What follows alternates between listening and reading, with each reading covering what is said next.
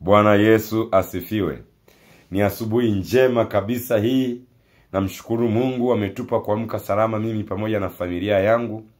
Pia nakushukuru wewe ambaye nawe umeamka salama na unaendelea kunifuatilia kupitia klipu hii. Ujumbe wangu wa leo nasema kuwahi kanisani au kuwahi ibadani ni kiroho, pia ni tabia njema. Kuwahi ibadani au kanisani ni kiroho, pia ni tabia njema. Kwa hiyo kama kuwahi kanisani ni kiroho na ni tabia njema, jua kabisa hiyo tabia yako ya kuchelewa ibadani kila siku, ya kuchelewa ibadani kila Jumapili, ni tabia mbaya na ni dhambi kama dhambi nyingine. Kwa hiyo wewe ambao umekuwa na tabia ya kuchelewa ibadani, unaweza ukabadilika na kuamua kuanza kuwahi. Kwa sababu gani? Unapokuwa umechelewa kanisani, unapokuwa umechelewa sana kanisani, kwanza njiani kuna mitego mingi sana. Kunakuwa na vishawishi vingi sana vya kufanya utende dhambi. Kwa mfano wewe unapoenda kanisani, unakuwa umepanda kwa mfano bajaji au umepanda daladala au umepanda coaster ndio unaenda kanisani. Kama tu umekutana tu na kafoleni au kama tu dereva anaendesha mwendo wa taratibu, basi utatamani uongee maneno ambayo hayampendezi Mungu. Unaweza kashangaa sema huyu dereva mjinga sana, huyu dereva huyu hana akili. Unaona, wewe unamlaumu dereva, kumbe kosa ni la kwako, umechelewa kutoka nyumbani. Ungekuwa umewahi, hayo yote yasingekuepo. Bwana Yesu asifiwe. Kwa hiyo unapokuwa umechelewa kanisani na njiani ukakutana na kikwazo, basi unakuwa na changamoto ngumu sana. Unaona kila mtu unaona hafai. Kwa mfano umekutana tu na gari limeziba mbele yenu, tayari mambo yanakuwa mengi kichwani. Unaona wewe mwenyewe kwanza umechelewa, lakini pia unapokutana mwingine na kuchelewesha tena njiani, basi unakuwa katika hali ambayo sio nzuri. Sasa hayo yote ya nini? Wahi kanisani yaishe, wahi ibadani yaishe. Wahi ibadani ikiwezekana wewe uwe wa kwanza. Ikiwezekana watu wanapofika ibadani wewe wajue kukukuta ni uhakika. Lakini ukiwa na tabia ya kuchelewa kabisa kila Jumapili unachelewa ibadani, jua tabia hiyo unaweza kawaambukiza watoto wako. Jua tabia hiyo unaweza kawaambukiza watu wa nyumbani mwako. Ni vizuri kabisa ujenge mazingira ya kuwahi ibadani. Hata kitokea umesafiri, wamebaki watoto peke yao, wawe na tabia ya kuwahi ibadani. Kwa sababu gani? Unapokuwa unachelewa ibadani kila Jumapili unachelewa ibadani, hata kitokea siku umesafiri, basi na watoto nao watakuwa wanachelewa ibadani. Na wewe baba wa familia au mama wa familia, au wewe ambaye ndio mkubwa katika hiyo familia, wewe ndio wa kuhamasisha ambao mnaishi nao kuwahi ibadani, kuwatengenezea mazingira ya kuwahi, kuwatengenezea mazingira ya kufika mapema. Na kwa kufanya hivyo, unapokuwa na tabia ya kuwahi ibadani kila siku, unapokuwa na tabia ya kuwahi ibadani mara kwa mara, basi hata familia yako, hata kitokeo utakuwa haupo,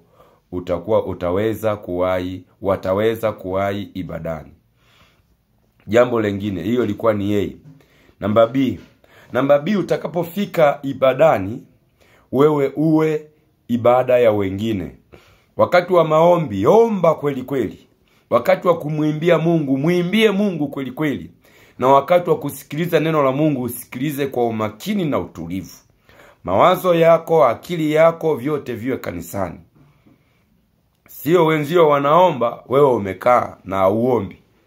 Na pia ukifika ibadani, tabia kutoka nje usiwe nayo.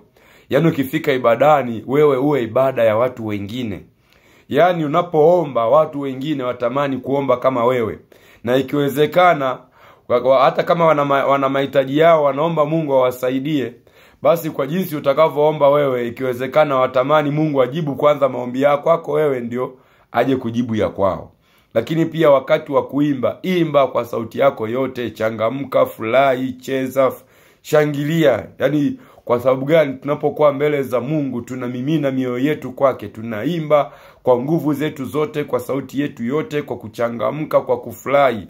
Na hiyo ndio ibada ambayo inampendeza Mungu, na kuwa unatoa moyo wako wote. Jambo lingine, unapokuwa ibadani, wakati mhubiri anahubiri au mwalimu anafundisha, kuwa makini kumsikiliza. Kama unaona unakuwa na usingizi unasinzia, basi kia atakaposema Bwana Yesu asifiwe, basi wewe unasema amen kwa nguvu. Ukiwa unafanya hivyo, basi kama kuna namna yoyote ya usingizi itakuwa haikusumbui. Nakupa password za kukusaidia ibadani uwe ibada ya wengine.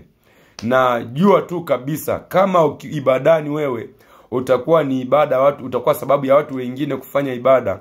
Jua kabisa siku ambayo unakuwa hauko ibadani, basi watu watataka kujua, huyu ndugu vipi, kimempata nini? Yaani kama haupo ibadani siku hiyo, kanisa zima lijue kwamba kuna mtu leo ibadani mbona hayupo? Kuna nini? Kuna jambo gani limetokea? Lakini kama ni mchelewaji, kama ibadani upo kama vile haupo, hata siku wewe ambapo upo ibadani, unakuta saa nyingine ambaye anashughulika na wewe kwa nini haupo ibadani, unakuta ni kiongozi peke yake. Wakati mwingine hata kiongozi hajui kama upo au upo. Kwa hiyo ni vyema sana ibadani upo watu wajue upo, haupo watu wajue haupo. Na itatokea hivyo kama wewe ibadani utakuwa unafanya ibada kwa namna ambayo watu wengine wanahamasika kufanya ibada. Utaomba kwa namna nyingine watu wengine watapata hamasa ya kuomba. Utaimba kwa namna ambayo watu wengine watapata hamasa ya kuimba. Utacheza, utashangilia, utasifu, utapiga makofi, utapiga filimbi kwa namna ambayo watu wengine watahamasika kumfanyia Mungu ibada. Neno la Mungu kutoka kwenye kitabu cha Luka sura ya 21 mstari wa 38.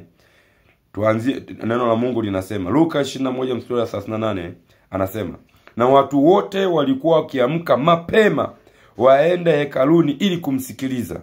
37 anasema, basi kila mchana alikuwa akifundisha hekaluni na usiku huenda kulala katika mlima uitwao Mizeituni. Luka 21 mstari wa 37 mpaka 38. Basi kila mchana alikuwa akifundisha hekaluni na usiku huenda kulala katika mlima uitwao wa Mizeituni.